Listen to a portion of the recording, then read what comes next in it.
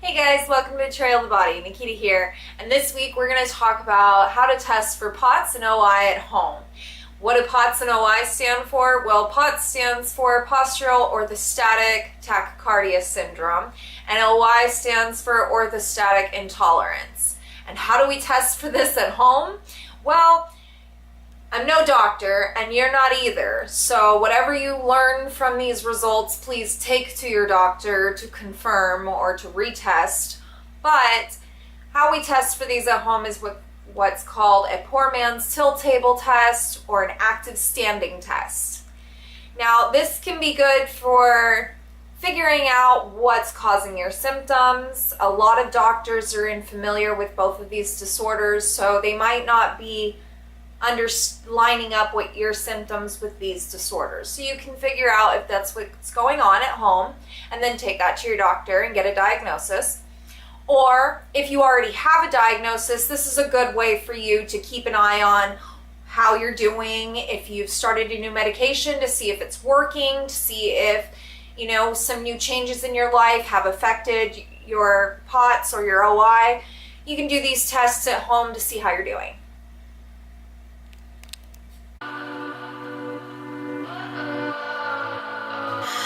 What does perfect even mean? Is there even such a thing? Ooh, can we switch up all the rules and imagine a utopia? Darling, I'm just so fed up with these expectations. They keep weighing me down.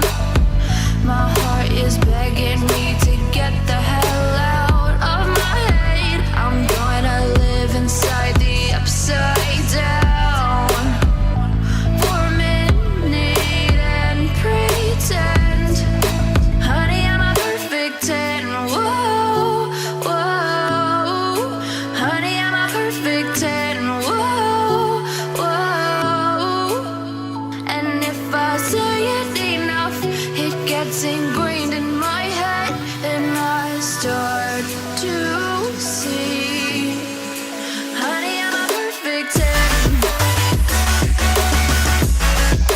Honey, I'm a perfect 10. Whoa, honey, I'm a perfect 10. Honey, I'm a, yeah. Oh, yeah, I've discussed it with myself. So first things first, make sure and subscribe to my channel and like this video. If you have a form of dysautonomia, let me know in the comments what type you have. So a little bit about POTS is that 75 to 80% of POTS patients are actually female, and doctors don't really understand it. Most doctors don't, at least. And so this leaves us misdiagnosed and dismissed, oftentimes with anxiety. So some symptoms that you might experience if you have POTS is lightheadedness, dizziness, fatigue, nausea, headaches, sometimes heat intolerance, excessive sweating, maybe you're not sweating enough, pre-syncope, syncope, tremors, palpitations, shortness of breath, weakness. There's a variety of symptoms that you could be experiencing. But as I've gone through this list, you probably thought to yourself, oh, well, a lot of things cause those things. So that's why a lot of people end up getting misdiagnosed, because doctors aren't very familiar with POTS. And if you're experiencing these symptoms, it's very likely that your doctor's calling it something else. A word of caution. Please, before performing this test, make sure that you have someone there to spot you.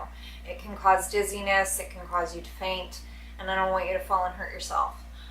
This can also bring on symptoms, so be aware of that and cautious. Don't say I didn't warn you.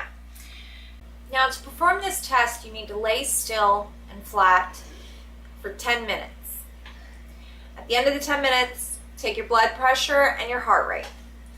Then stand up straight and tall and still, and take your blood pressure and heart rate again at 1 minute, 3 minutes, and 10 minutes.